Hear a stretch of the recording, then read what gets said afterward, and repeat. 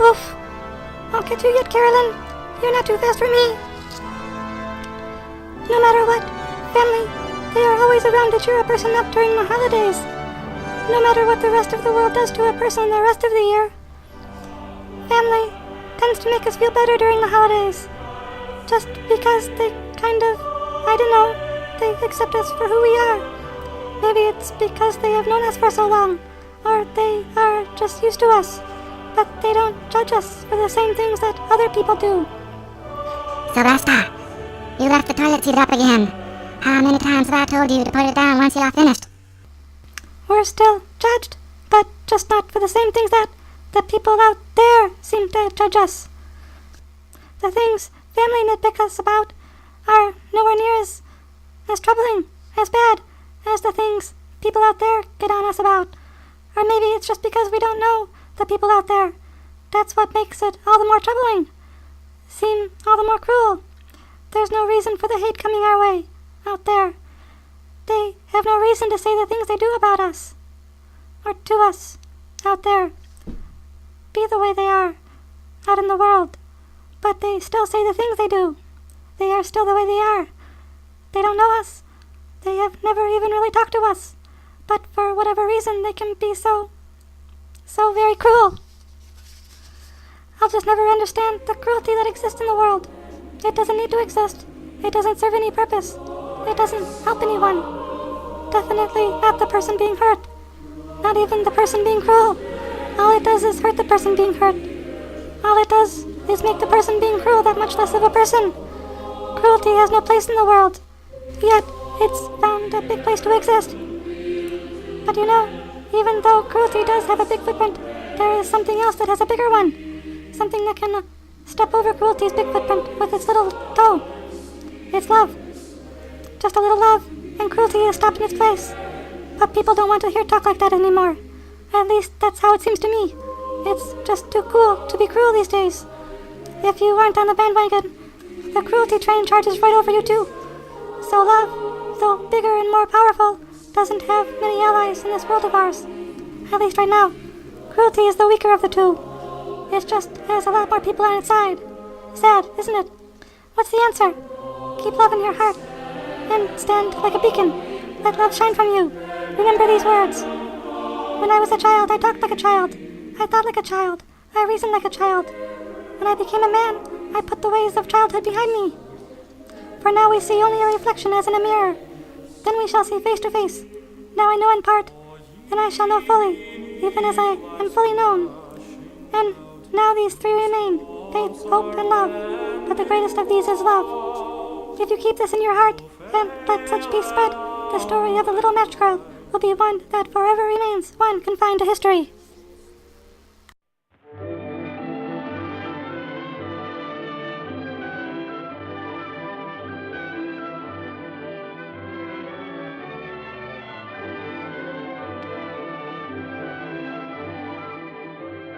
Once upon a time, in a far-off country, there lived a little orphan girl who sold matches. It was Christmas Eve, and everyone was much too busy to pay any attention to her. All the other children had warm clothes to wear, warm homes to live in, and fine Christmas dinners waiting on their tables. But the poor little match girl had none of these.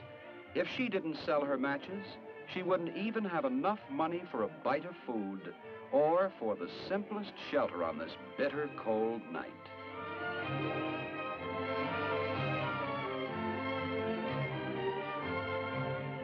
Inside the big houses, there were Christmas stockings just waiting to be filled by Santa Claus.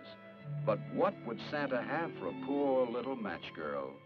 For her, a Christmas present was only something to dream about. If only she could get warm, that would be enough of a gift.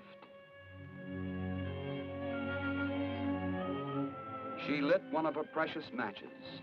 It gave off a pleasant warmth. But somehow, the light seemed strange. Was she just imagining? Or was it really? Yes, it really was Santa Claus. Santa nodded to her and said, "Come, I have something for you." Oh, how lovely! A warm fur cloak, her very first Christmas present. But that was only the beginning, for now Santa led her into his magic kingdom, where there were sights that no other child had ever seen. It was very mysterious there. The icemen were so solemn, but somehow, even in this cold land, she felt warm. Santa made some funny motions and, presto, instead of his plain sack, there was a beautiful throne. And as she sat down, the little match girl felt as proud as a princess. So many surprises, she thought. I wonder what's going to happen next. Just then, Santa started banging on his little kettle.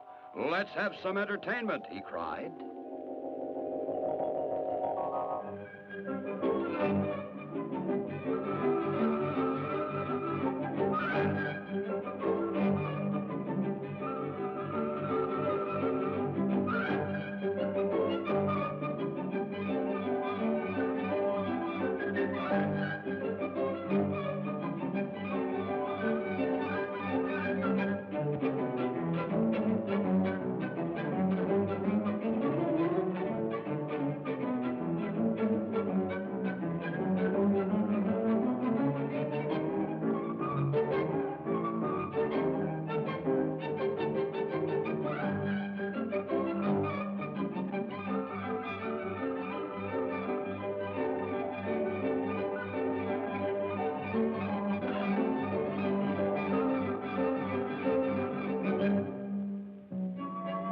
Perhaps it was all only a dream, but such a lovely dream.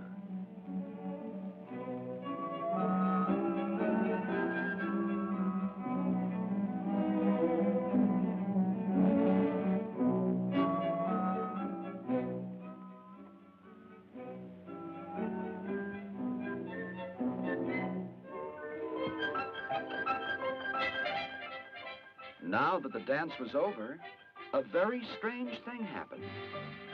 Everyone began to disappear.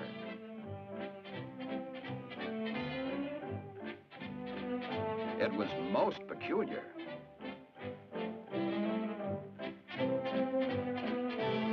But at least Santa was still here.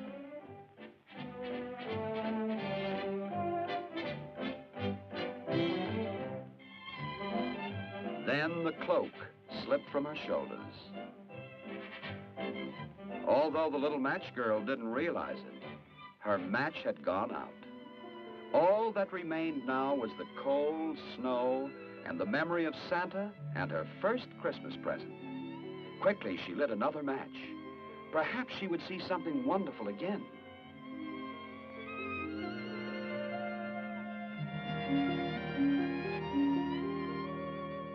Slowly, as if from a great distance, a Christmas tree appeared, bigger and more beautifully decorated than any she had ever seen.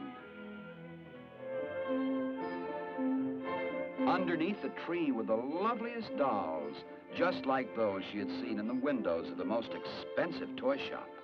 Oh, how she had wanted just one for her very own.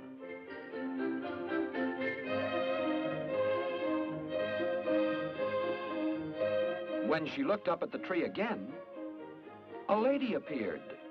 A lady who looked like her lost mother. Was it really she, so gentle, so radiant?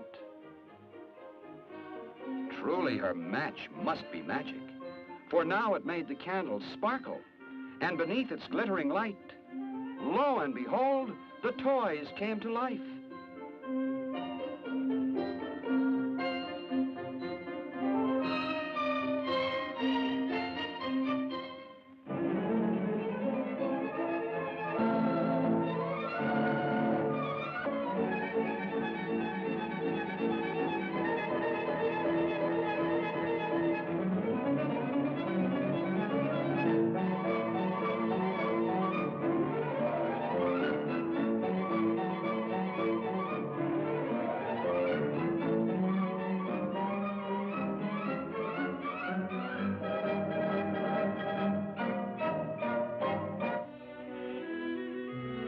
What a gay dance it had been, but now it was all over.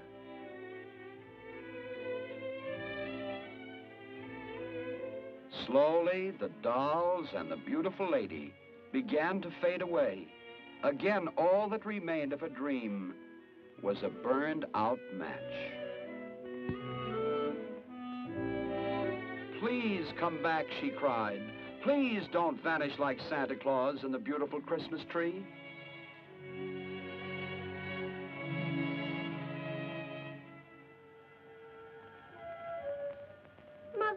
Mother, please don't leave me. Mother. She had found her mother again, and now the little match girl would be warm and happy forever.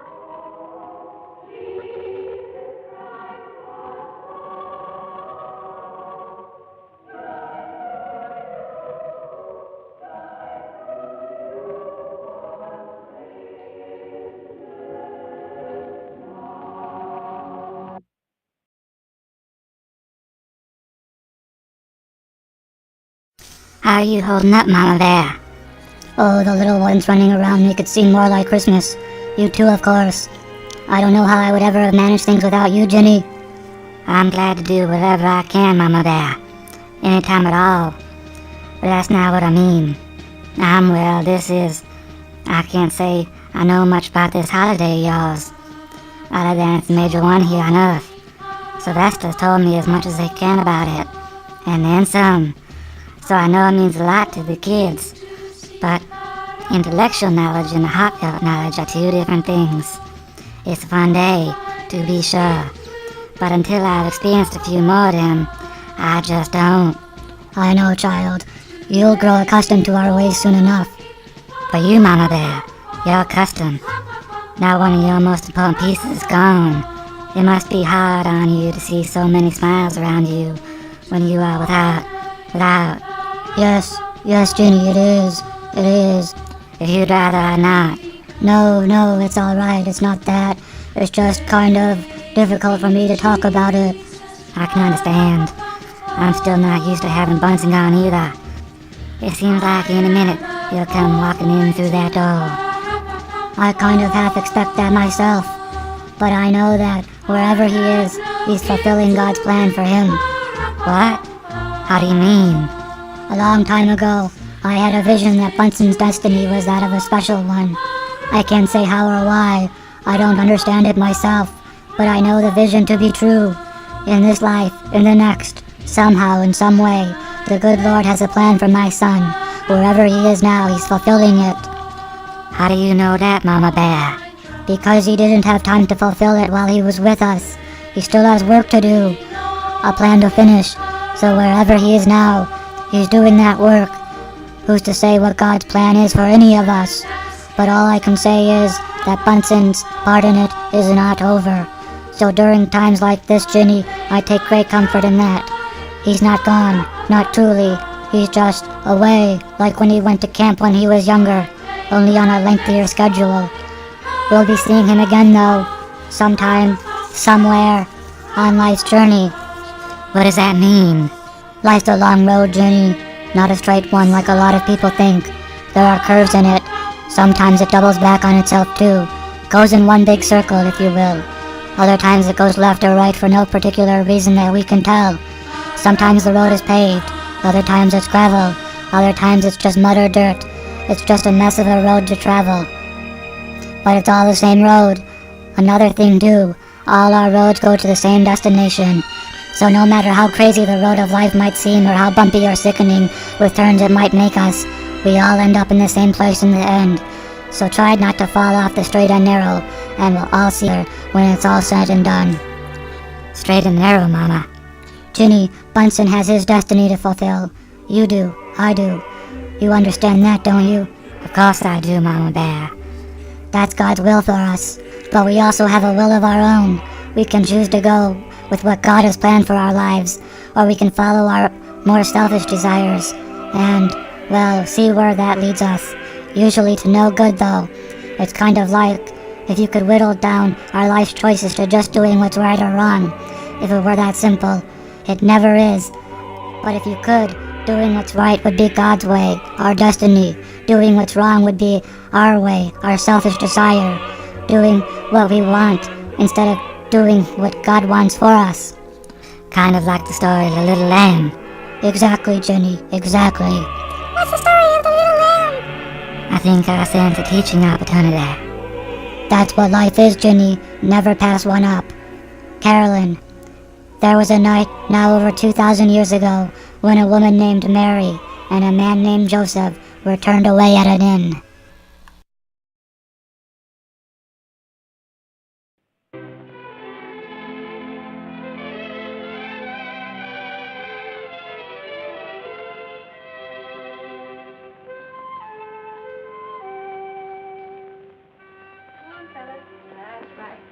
Now we say prayers real nicely, no playing, huh?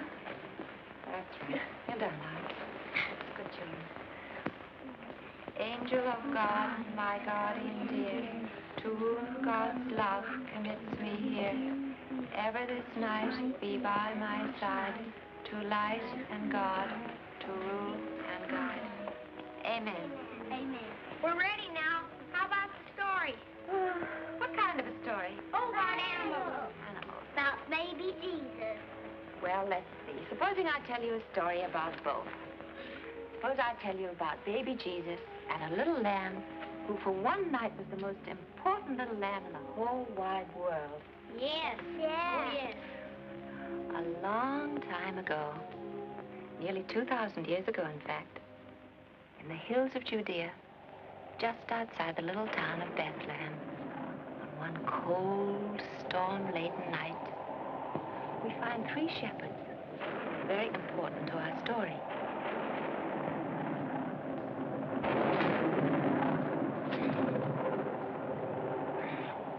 The sheep have devils in them tonight. A dozen times has the storm scattered them. They're all safe now, Asa? All except one lamb. Well, aren't you going to look for him? I have looked for him. Looked for him till I'm worn out. That one lamb has run away more times than all the others put together. Then I will go. I will help him. Then you're both fools. He's frightened, Uncle Asa, and miserable. He may be hurt. I can't leave him like that. Ah. We'll be back as soon as we find him. Come, my son.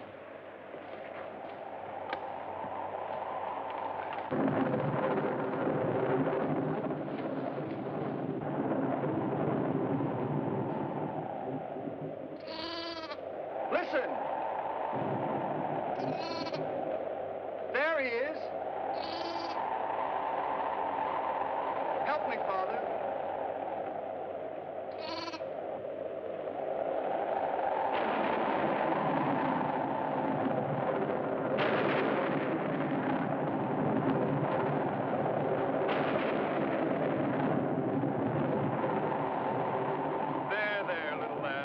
Everything is all right now.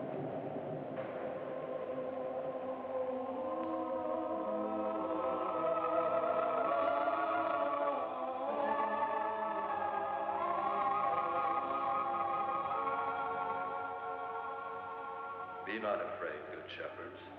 Behold, the news I bring thee is good news of great rejoicing for all people. This night in Bethlehem, a Savior hath been born for thee, no other than the Lord Christ.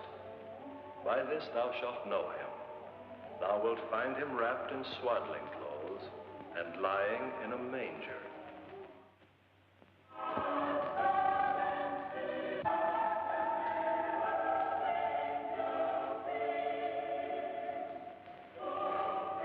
What is it? What does it mean? We must tell Asa of this.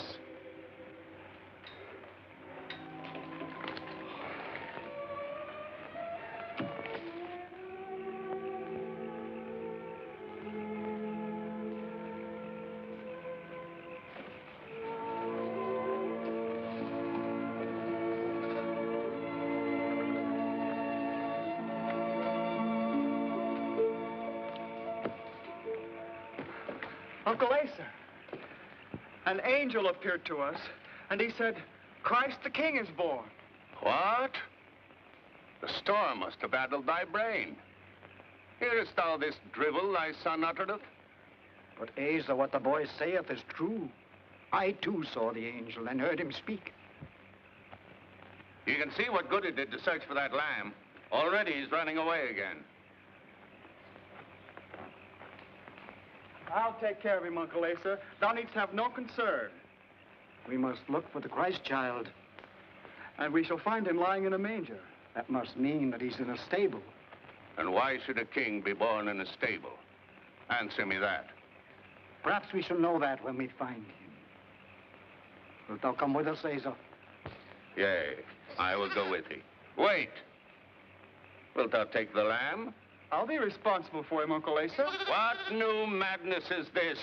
Put that lamb down and leave him. Let the boy alone, Asa. What harm can it do?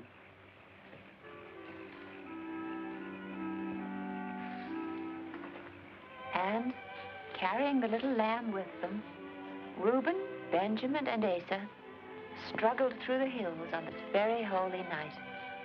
Hours later, they approached the little town of Bethlehem. Cold, crowded, wonderful Bethlehem lying before them in the night.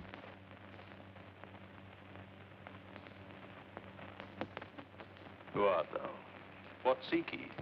We come seeking Christ the King. Why think ye he is here? An angel told us he is born. Is he here?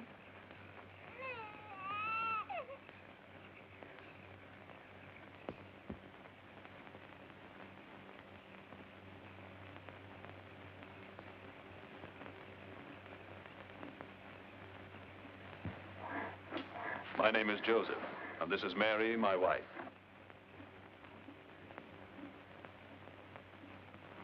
I heard thee speaking outside. Thou art welcome.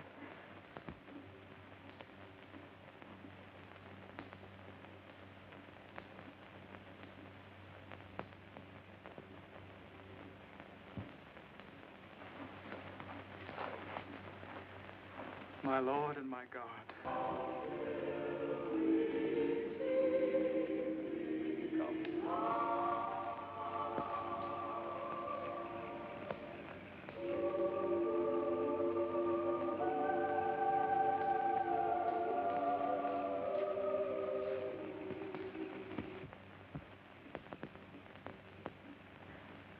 He's cold. Is there no more than a shawl to warm him? Please, the lamb would keep him warm.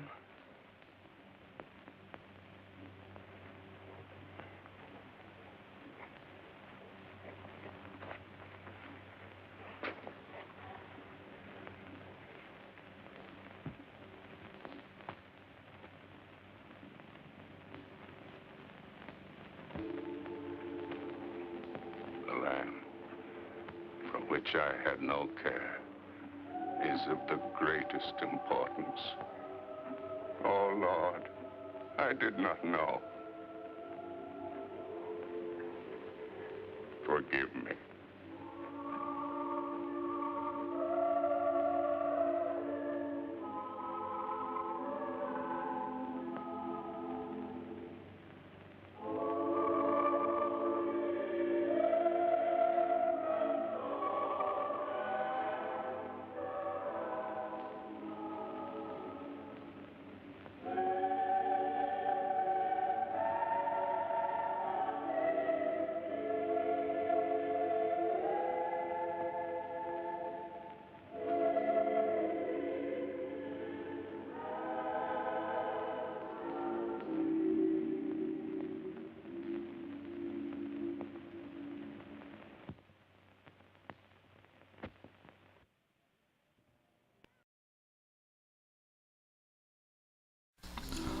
Oh, hi, Jingles.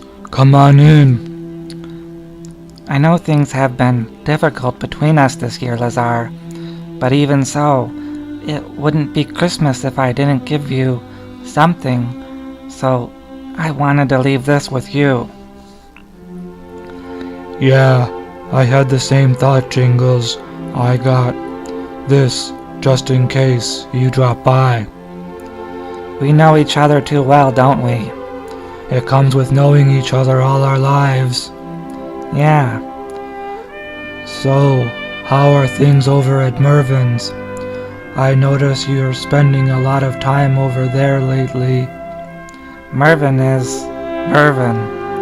Ever since we, lost Bunsen, I've been I've taken over looking after Mervin.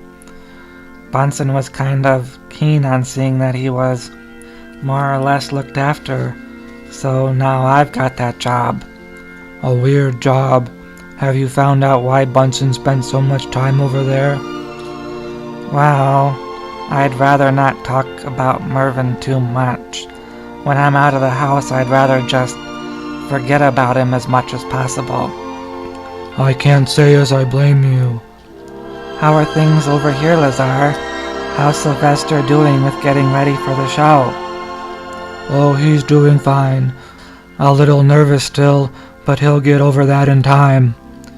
Do you remember when we introduced him on the Thanksgiving show a few years back?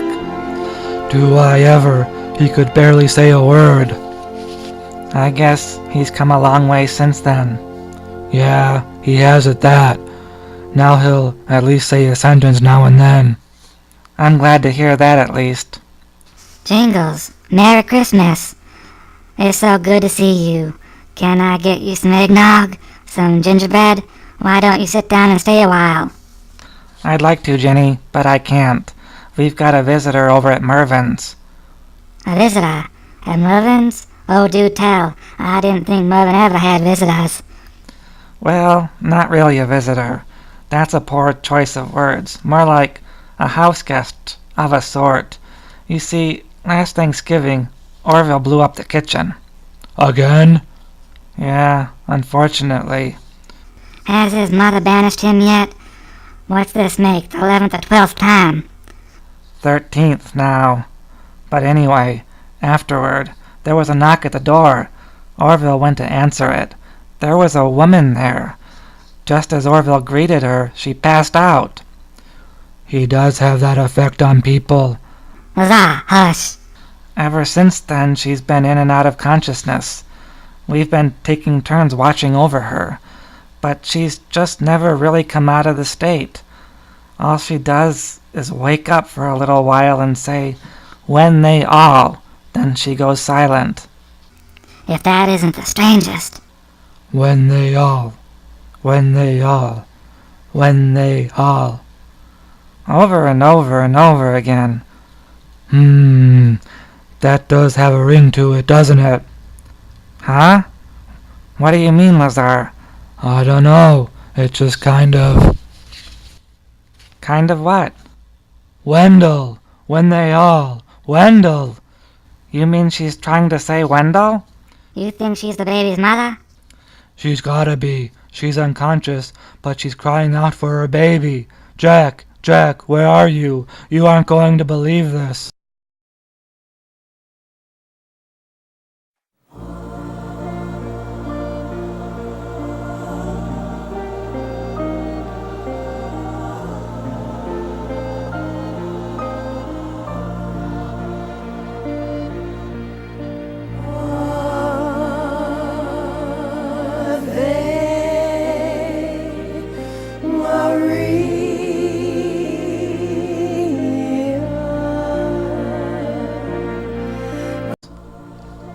just like a baby Jesus being brought to Mother Mary. What's her name, Jingles?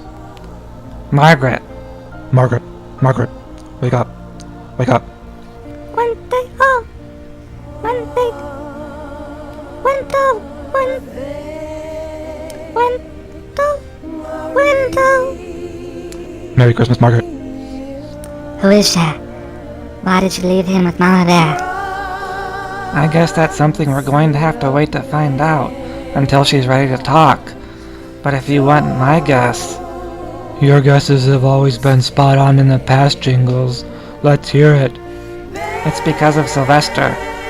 Because of me? Because of you. Because of Mama Bear. Because of her love. And the love of everyone in that house. Because of how they've accepted you, Sylvester, even with your illness. Nobody judges you in that house. They welcome you completely. Nobody is afraid of me there. Everyone treats me just like I was like everyone else. And you are Sylvester. So I'm guessing Margaret heard about that, and she wanted the same life for her baby, for Wendell. Well, she got it. I guess she got a little more than that too. What do you mean, Lazar?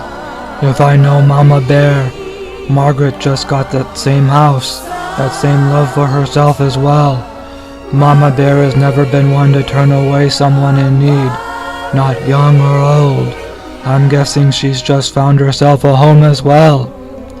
I think you might be right, Lazar. She doesn't know it yet. But she just got a very big Christmas present. A house and a family to go along with it.